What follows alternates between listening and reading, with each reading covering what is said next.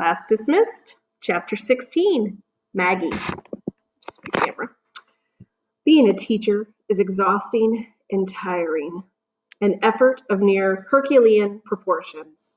Hercules was this mythological strongman who performed 12 heroic labors, but I bet none were as tough as grading homework.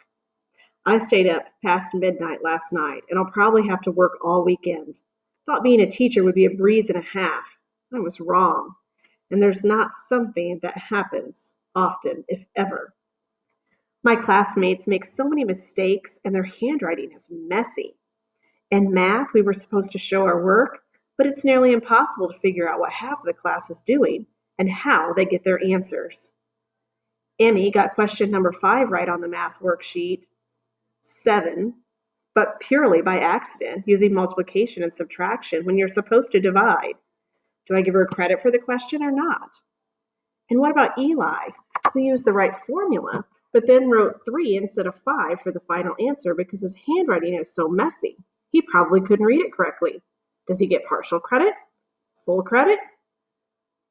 But grading the work is only part of my responsibilities. I need to create lesson plans and homework every day, too. We can't go a day without learning.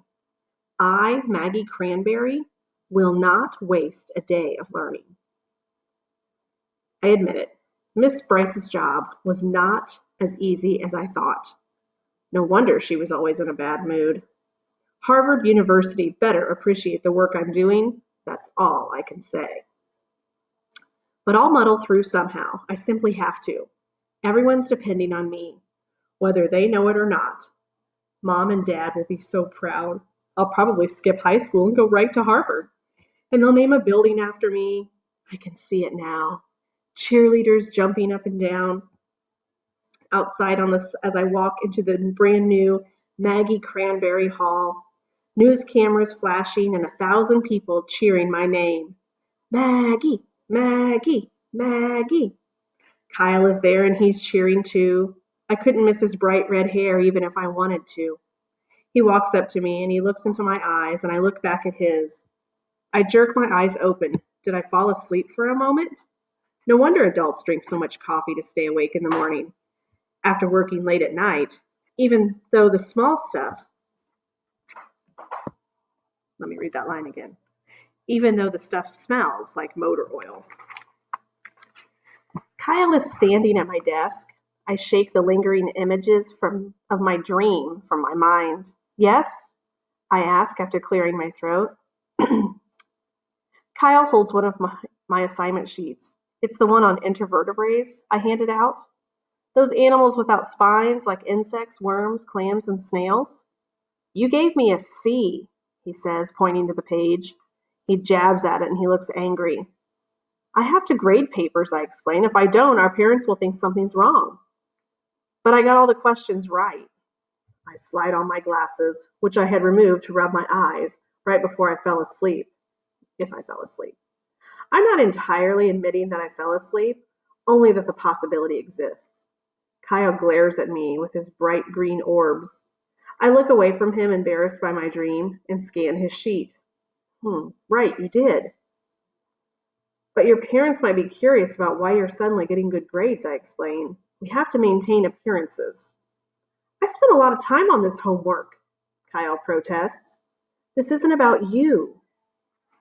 One false move and Harvard won't name that building after me. Kyle squints and narrows his eyes. Did I just say that? I'm more tired than I thought. I clear my throat. Our teacher-free holiday will be over. That's what's important, of course. We all have to make sacrifices. Kyle snatches the paper from my grasp and clomps back to his seat. When he gets there, he throws an eraser at one of his goony friends. I think of my dream and shudder. If I'm dreaming of Kyle Anderson, I'm really losing my mind. I yawn and push open the skin around my eyes, trying to wake myself up. Then I scan the pile of paper I removed from Miss Bryce's files this morning. According to our plans, we're supposed to learn about the American Revolution, fractions, division, and geometry, photosynthesis, and living organisms, and a lot more. Some of those things I haven't learned yet. How am I supposed to teach the things I haven't learned? I'll need to stay up all weekend and study. Class 507 is depending on me. Besides, winter break will be here soon. I'll sleep then after my family visits Harvard. I'm looking through the paper stack when I notice a blue piece of paper stuck to another blue page, so I didn't see it before. The wording on the top of the page looks vaguely familiar. It reads, "A reminder about fifth grade presents night." Fifth grade presents night? My muddled, sleep-deprived brain tosses those words back and forth. Where have I heard them before?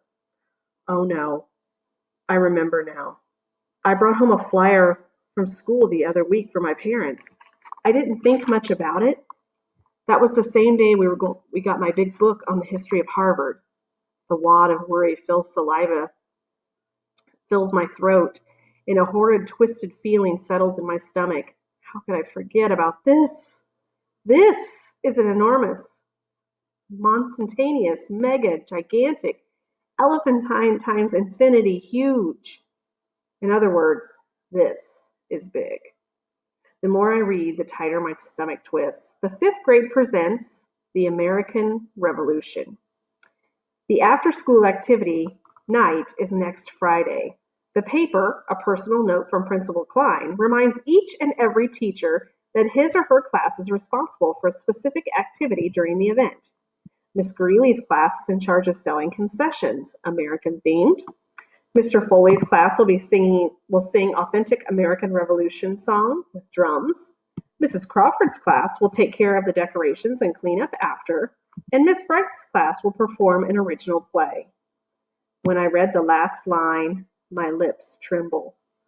We're to perform a class play in front of everyone? An original play? Our class has the hardest job.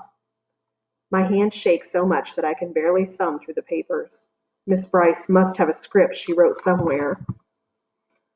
Our former teacher, files everything carefully, so where is it? I look under A for American and R for Revolution in her alphabetized files. I look in the front and the back. I look behind the files in case it fell. I would look on her computer, but most of her files are password protected, and I've already tried every password I can imagine. I can't find anything anywhere, not one mention of a play, not a scene, an act, not a single word, nothing. We're doomed. There goes Harvard. No way they'll accept me with this failure on my record. Mom and Dad are going to be crushed.